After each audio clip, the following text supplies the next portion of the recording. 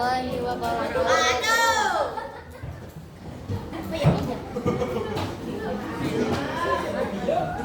Gimana kabarnya hari ini? Baik-baik saja. Ada yang nggak masuk? Masuk semua dah. Enggak. Siapa?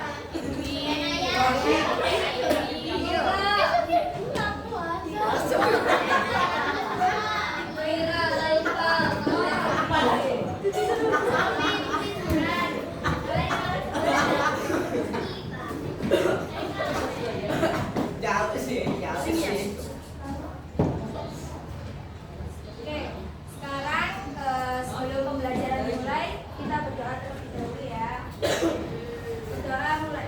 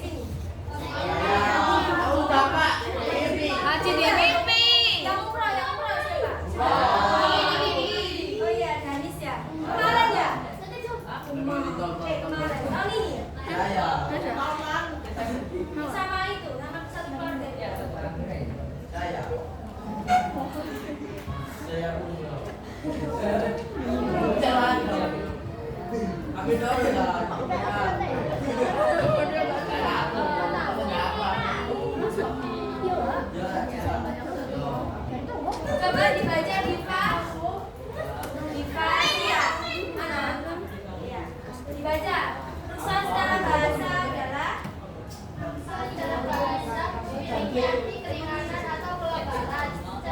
Secara istilah, ruksa diartikan perubahan hukum dari hukum asalnya karena sebab tertentu dengan tujuan untuk memberikan kemudahan dan keringanan. Jadi, teman-teman, rukso ini yang awalnya hukumnya haram bisa jadi halal karena ada tujuan tertentu. Semisal kalian di dalam hutan tidak ada makanan sama sekali ya. Tidak ada makanan sama sekali, tapi ada bangkai. Tapi ada bangkai yang tidak boleh dimakan. Dan rukso bisa menghalalkannya karena kalian kalau nggak makan kan bisa mati. Itu yang dinamakan rukso. Sampai sini paham?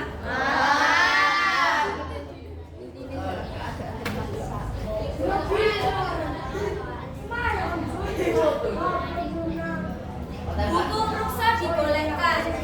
Yaitu tadi kalian kalau misalnya nggak ada rukso, kalian nggak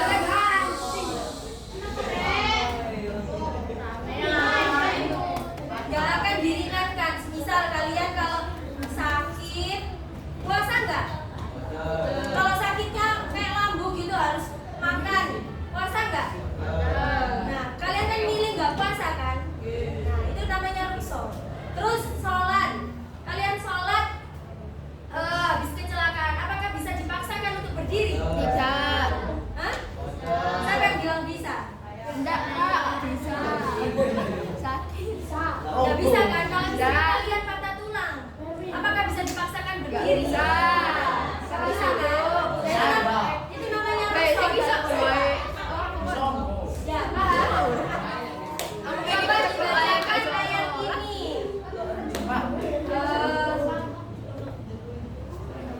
Syifa, coba bacakan dari ini.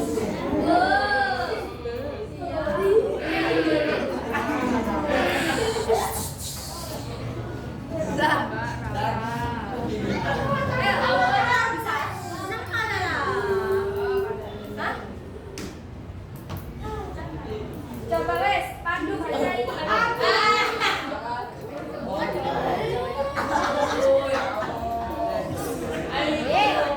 Ayat itu. Baca guys, baca.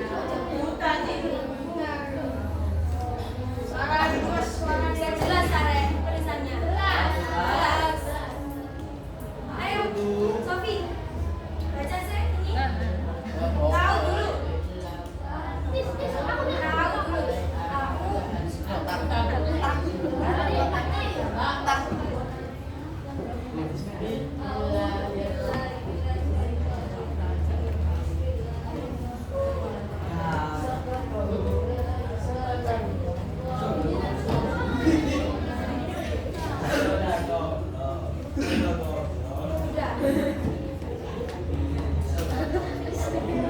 Yang artinya Allah tidak membebani seseorang kecuali menurutnya kesanggupannya. Baginya ada sesuatu pahala dari kewajiban yang diusahakannya dan terhadapnya ada pula sesuatu atas yang dipercayanya.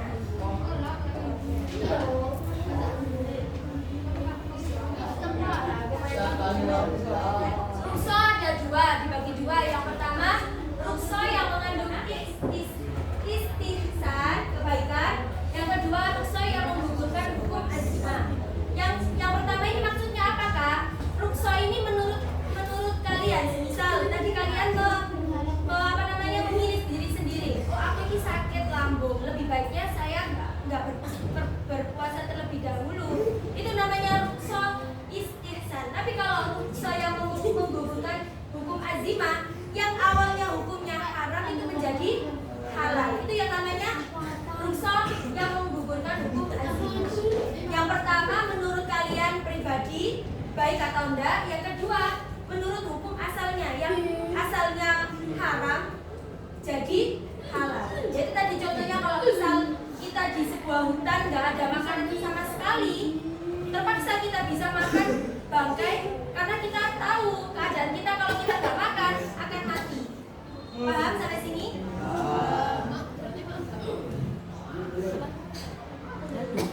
Rukso dalam sholat biasanya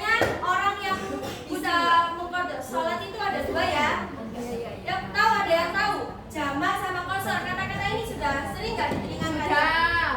Sudah. Jama ini apa? Ada yang tahu? Ada jamak takdim sama jamak takhir. Kalau jamak takdim, kalian biasanya kan rekreasi, ya kan? Kita mau jamak sholatnya lebih di awal. Misal kita menjamak sholat duhur dan asar, kita jamak ke sholat duhur. Tapi kalau dalam perjalanan kita sudah melewati waktu duhur, kita menjamaknya di waktu asar. Itu namanya jamak. Kalau qasar, itu namanya meringkas rakaat. Yang awalnya 4 rakaat menjadi 2 rakaat. Nah, ini namanya rukhsah dalam sholat. Kalau misal sampean berpergian, tapi ada batas kilometernya loh ya. Iya. Nah, biasanya itu 80 sampai 90 km. Kayak Kediri ke Nganjuk itu termasuk 80, Pak. ya, 80. Jadi kalau kalian berpergian jauh, musafir, itu bisa dikodok sholatnya. Ya. Emang ada yang rumahnya Kediri Nganjuk? Oh iya, mimpi. Nah, itu biasanya jangan lihat, nggak boleh sampai nggak sholat tuh ya. Ada rukhsah, ada keringanan untuk seorang muslim. Jangan nggak sholat, itu bukan solusi. Solusinya ya dijamak atau dikosor. Itu tadi. Ya, Paham. kalau kalian berpergian kemana-mana, jangan alah nggak apa-apa nggak sholat gitu loh, ya musafir nggak boleh itu. Solusinya kita menjamak atau mengkosor. Ya.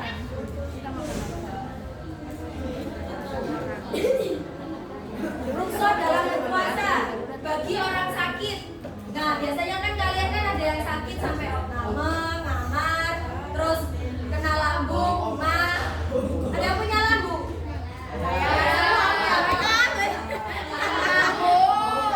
Ada yang punya penyakit lambung? Nah, biasanya itu kalau penyakit lambung nggak boleh telat makan kan? Kadang itu, apa mbak? Penyakit. Berarti biasanya telat nggak telat tuh lambung. Benar nggak? Soalnya Kak Zara sendiri ya punya kadang kalau nggak kuat berpuasa itu nggak puasa, jadi lebih mengkodok. Jadi kalau bagi orang yang sakit ini, kalau misalnya sakitnya nggak dikatakan parah, itu bisa dikodok. Tapi kalau sudah nggak kuat kodok, harus membayar fidyah. Fidyah itu apa Kak? Bisa berupa makanan pokok atau berupa uang. Jadi kalau berupa makanan pokok itu bisa ukur 1 mud atau sekitar 60-75 gram. Dan makanan pokok kayak seperti beras gitu. Paham?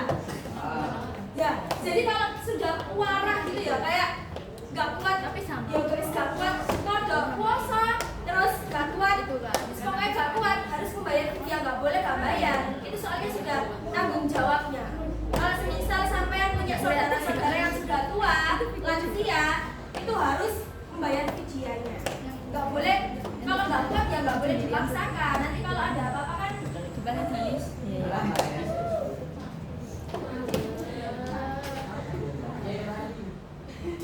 terus orang yang sedang berpergian, ini tadi yang sudah Kak Zara sampaikan harus dikodok. Musafir nggak apa-apa, nggak berpuasa, tapi masuk yuk sini Jombang masa kalian nggak berpuasa, Ren?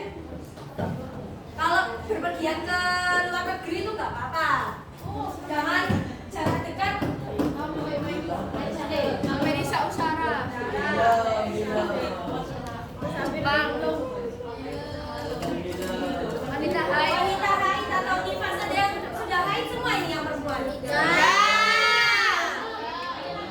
Ini belum. Nah, biasanya bulan Ramadan kemarin ada yang sudah, berarti orang semua ya? Iya.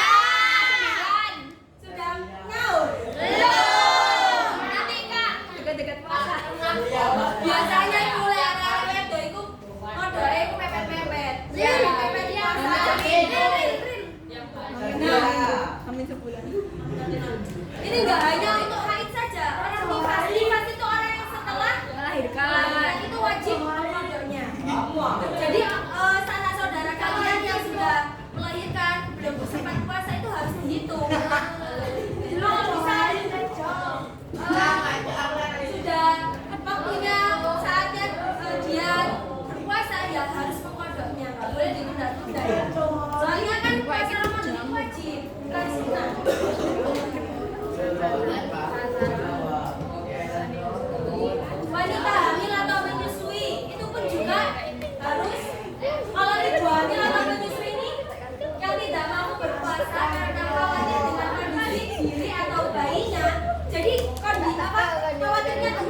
berdiri sama bayinya dapat menggantikan puasa dengan membayar fidyah.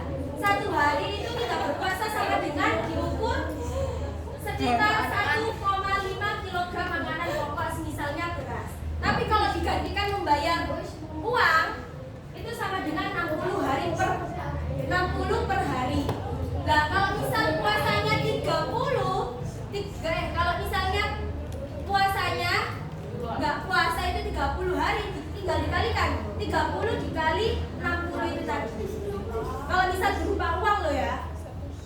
Jadi calon-calon ibu ini, kalau misal besok kalian hamil atau menyusui, kan kalian kan akan khawatir dengan bayinya, kan enggak? Jadi kalian harus membayar itu tadi fidyah. Jadi kalau berupa uang tinggal kali 60 kali berapa kalian tidak puasa. Paham? Nah, paham. Coba sih kamu buatan.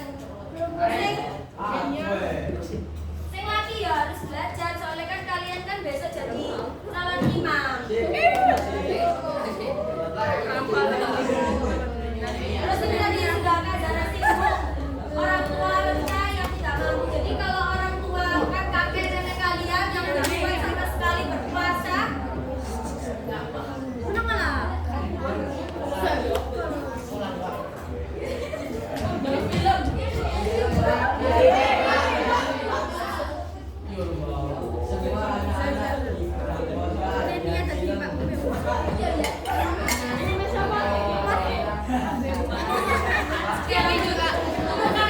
Kakek kalian, nenek kalian yang nggak kuat, ada nggak yang tahu kakek kalian atau nenek kalian yang puasa? Enggak kan, kebanyakan kan nggak puasa ya. Bayar fidyah itu diwajibkan. Jadi jangan dipaksa. Nek kok nggak puasa sih? Enak kan kok nggak puasa? Padahal di akhir nenek kalian itu bayar fidyahnya. Jadi nggak semena-mena nggak puasa. Oh ya wes berarti gak wajib modal. Tapi tetap membayar fidyah aku. Ya. Kalian ini sudah tahu nanti kalau bertemu saudara diingatkan, Nek sudah bayar fidyah. Masya Allah kamu ngerti fidyah ini.